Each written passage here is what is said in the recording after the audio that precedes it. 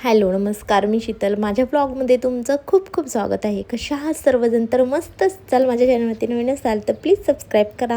सकाळची वेळ होती आणि इथे ना ह्या मोगऱ्याच्या वेलाला ना इतकी फुलं होती ना, खूप सारी फुलं लागलेली होती आणि खूप छान वाटत होतं. खूप मोठं झाड आहे ते. आणि आज होती चतुर्थी, त्याच्यामुळे मी ना इथे आईने देवपूजा केली होती आणि मी इथे येऊन फुलं वगैरे देवाला वाहत होते. तर मी चाफ्याची फुलं आणलेली, तर झाड आहे म्हणजे घराजवळ, तिथूनच आणले होते. नंतर मग मी देवाला वाहून घेतली आणि नमस्कार वगैरे करायचा होता, कारण की चतुर्थी असते की छान वाटतं पूजा वगैरे करायला. पण माझं सगळं व्हायच्या आधी आईची पूजा वगैरे झालेली होती, त्याच्यामुळे मी फक्त हळदी कुंकू वाहिलं आणि फुलं वाहून घेतली.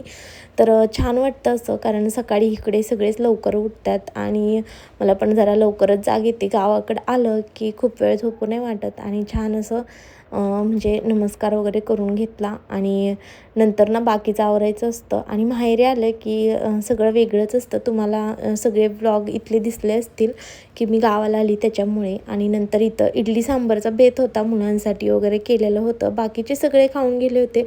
आदर्शची लास्टला आंघोळ झाली होती, तर तेच त्याचं चालू होतं. नंतर इकडे आहे आमचा गुरांचा गोठा आणि तुम्ही इथे बघू शकता.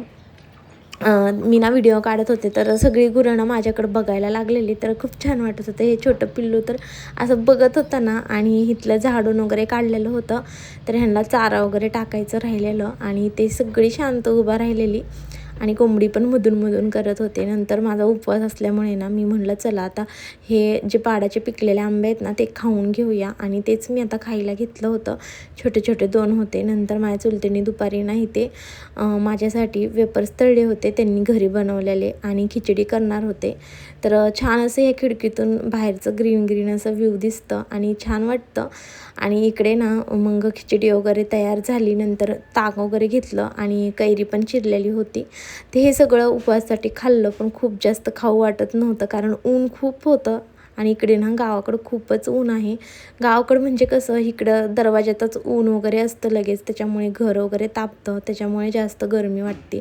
माझे आजोबा आले होते, आईचे वडील आले होते, तेच आम्ही गप्पा मारत चहा वगैरे पित होतो. तर दिवस मावळला होता तेव्हाच ते आले होते गावाकडून. तर मग आम्ही गप्पा वगैरे मारत बसलो. नंतर शेतातली कैरी वगैरे आणलेली होती, तेच इथे चिरून घेतली. छान असं त्याला तिखट मीठ लावलं. आणि जे पाडाचा आंबा आहे ना ते पण एक म्हणजे आणलेले होते, तर ते चिरून बघितला तर आतून असा पिवळा होता, पण खूप आंबट लागत होता तो.